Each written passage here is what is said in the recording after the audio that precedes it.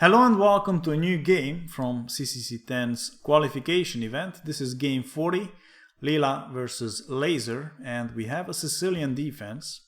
And here after knight f3 and e6 we have d4, c takes, knight takes, and in this position black has many options. He can play knight c6 to go into the Taimanov variation of the Sicilian, or play knight f6 and go into the four knights or the pin variation. Or, as in the game, play a6, which leads to the Kan variation of the Sicilian. And in this position, white has again many options. He can play knight c3 or c4 to go into a Maróczy bind structure, or play the main move, which is bishop d3.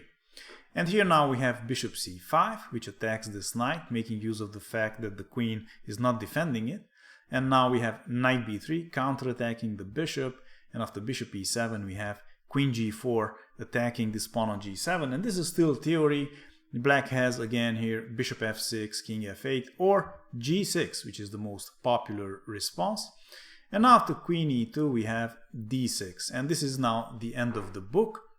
Leela continued here with knight c3 and Laser with knight d7, and in this position the main move is castles. This has been played at the highest level many times, but Leela chose a less played continuation, almost a novelty because it hasn't been played at the highest level, and this is a4. And the idea is to play a5 and take away the b6 square from the black pieces, and also not allow black to play b6 and bishop b7 so easily. Laser now continued with b6, and if now Leela plays a5, then b5 is good here. So instead of a5 we have bishop e3, and now after knight f6 we have bishop h6. Leela is trying to prevent short castling. So now we have knight e5 and Leela castled long.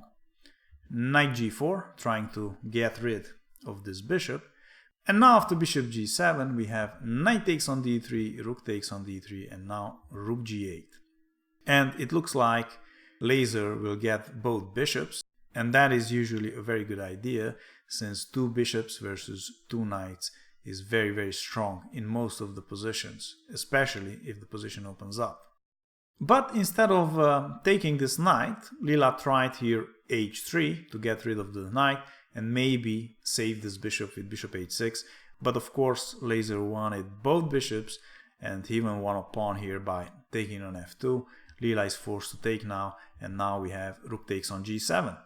Leela continued with e5, d6 is of course pinned, so we have d5, and now knight e4, and this knight wants to go to f6, where after bishop takes and e takes on f6, this rook would be forced back to g8, and this king now wouldn't be able to hide on the king side. So Laser played here h5 to allow this rook to get to h7, and now we have knight f6 check, bishop takes, pawn takes, and rook h7. Leela now continued with rook e1, eyeing the black king and pinning this pawn on e6, always a good idea. So we have king f8, and now h4. Leela is preventing Laser to play h4 and maybe activate the rook via the h5 square. Now the rook is boxed in. Laser continued with bishop d7, and now we have queen f4. Leela is eyeing both d6 and c7, so we have now king g8. Laser is removing the king from a possible check from d6. Rook c3, and now rook c7 is a threat, so Laser played here rook a7, and now we have knight d2. And this knight is now heading either to e5 or g5, both excellent squares for that knight. We have bishop e8, and now knight f3, rook h8, and knight g5. This prevents Laser from playing king a7 and maybe getting this rook out this way, although this might not be a very good idea anyway, because g4 and the threat to take on h5 would be very strong. So maybe actually the rook is better here on the h-file. Laser continued now with a5, and now we have rook e3. This rook is going to f3 to defend this pawn on f6 and allow the queen to do some other more important stuff. We have rook b7 and now b3, rook d7, rook f3, rook back to b7, and now queen e5. And Laser doesn't have many options here. He doesn't have an active play, an active plan, and his rook is trapped on h8, so he's not very happy. He now played rook a7, and now we have king b2, rook back to b7, rook e3, bishop d7, king c1, bishop back to e8, and now in this position Leela decides to go into a winning endgame by sacking her knight on e6. And now after f takes on e6 and queen takes on e6, bishop f7 could be played, but this transposes into the game, because now after king h7 and rook c8, Laser doesn't have a choice. He has to play bishop f7, otherwise if the queen moves there are 3 attacks on that bishop. And now after bishop f7, Leela takes the queen, Laser also takes the queen, Leela takes the rook with check, and now after rook e6 she has a winning rook endgame. She now wants to play rook d6 and eat up the d5 pawn, and then play the rook either to b5 or g5 and attack g6 and b6, and then come closer with the king and win one of those pawns. Laser now played king g8, and now after rook d6 he played d4, but it doesn't matter, the rook takes the pawn, and now after king f7 the rook goes back to d5 in order to get to b5 and later on to g5. Rook b8, rook b5, king takes on f6, g3, king e6, and now king d2, and Leela's king is going to g5. King d7, rook g5, forcing rook g8, king d3, king c8, king e4, and now Laser checks with the rook, and Leela blocks the check, and this makes now way for the king to get to g5.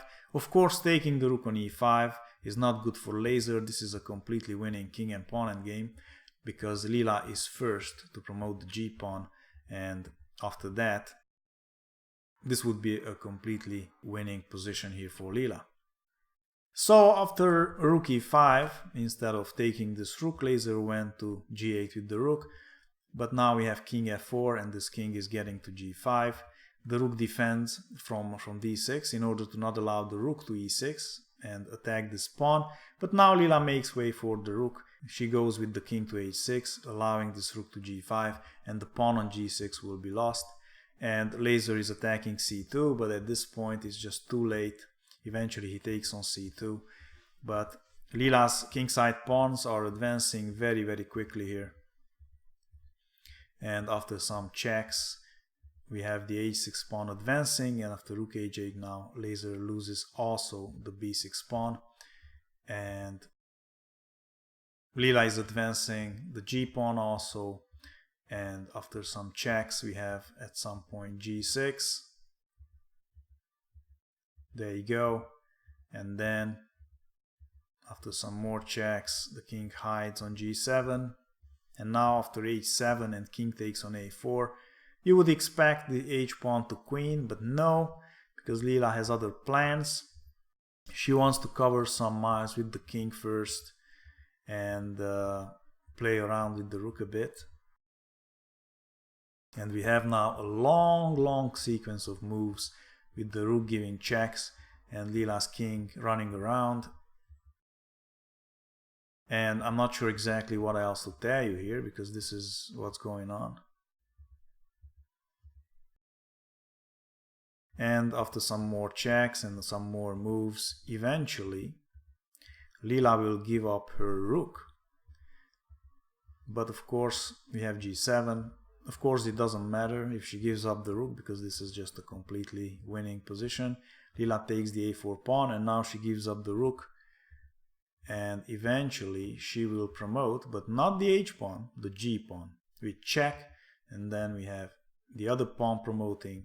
The rook has to take, and from here on now it's easy again. And we have mate on b2. So we had another magnificent game here by Leela. She managed to put one of his opponent's pieces offside and leave it offside the whole game.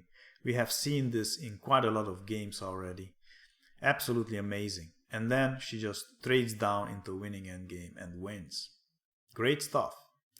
Please subscribe, like and share, and check out some of the other games. Thanks for watching and see you soon. Bye bye.